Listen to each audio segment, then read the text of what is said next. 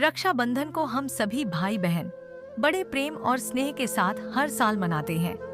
बहनें थाल सजाकर भाई की आरती करती हैं और भगवान से प्रार्थना करती हैं कि उनका भाई स्वस्थ और दीर्घायु हो।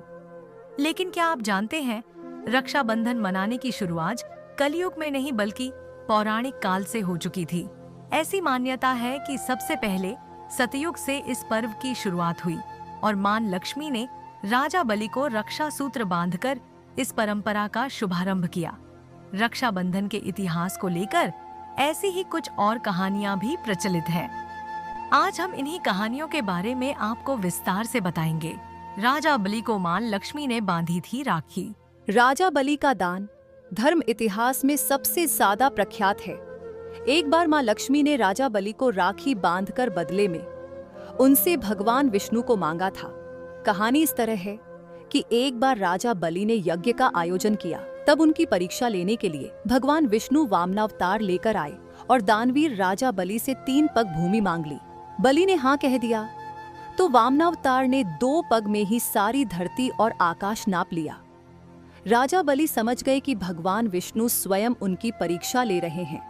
तीसरा पग रखने के लिए उन्होंने भगवान के सामने अपना सिर आगे कर दिया। फिर उन्होंने भगवान से याचना की कि अब तो मेरा सब कुछ चला ही गया है, प्रभु आप मेरी विनती स्वीकारें और मेरे साथ पाताल में चलकर रहें। भगवान को भी भक्त की बात माननी पड़ी और विष्णु जी बैकुंठ छोड़कर पाताल चले गए। जब देवी लक्ष्मी को यह पता चला तो वह गरीब महिला का रूप धरकर बलि के पास पहुंची और राजा बलि को राखी बांध दी। बलि ने कहा कि मेरे पास तो आपको देने के लिए कुछ भी नहीं है।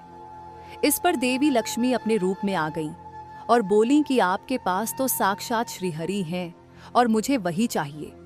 इस पर बलि ने भगवान विष्णु से माता लक्ष्मी के साथ जाने की विनती की। तब जाते वक्त भगवान विष्णु ने राजा बलि को वरदान दिया कि वह हर साल 4 महीने पाताल में ही निवास करेंगे। ये 4 महीने चरतुमास के रूप में जाने जाते हैं। द्रौपदी ने कृष्ण को बांधी राखी। जब युधिष्ठिर इंद्रप्रस्थ में राजसूय यज्ञ कर रहे थे, उस समय सभा में शिशुपाल भी मौजूद था। शिशुपाल ने भगवान श्री कृष्ण का अपमान किया तो श्री कृष्ण ने अपने सुदर्शन चक्र से उसका वध कर दिया। लौटते वक्त सुदर्शन चक्र से कृष्ण जी की छोटी उंगली घायल हो गई और रक्त बहने लगा। तब द्रौपदी ने अपनी साड़ी का पल्लू फाड़कर श्री कृष्ण की उंगली पर लपेट दिया। तब श्री कृष्ण ने द्रौपदी को वचन दिया कि वह इस रक्षा सूत्र का वचन निभाएंगे। इसके बाद जब कौरवों ने द्रौपदी का चीरहरण किया तो श्री कृष्ण ने चीर बढ़ाकर द्रौपदी की लाज रखी।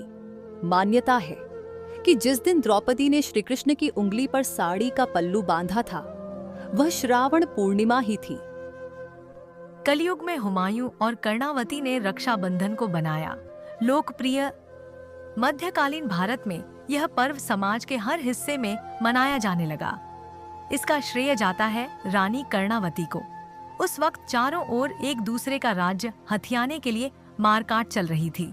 मेवाड़ पर महाराज की विधवा रानी कर्णावती राज गद्दी पर बैठी थी।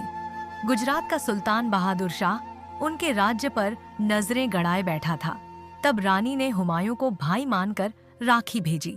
हुमायूं ने बहादुर शाह से रानी कर्णावती के राज्य की रक्षा की और राखी की लाज रखी।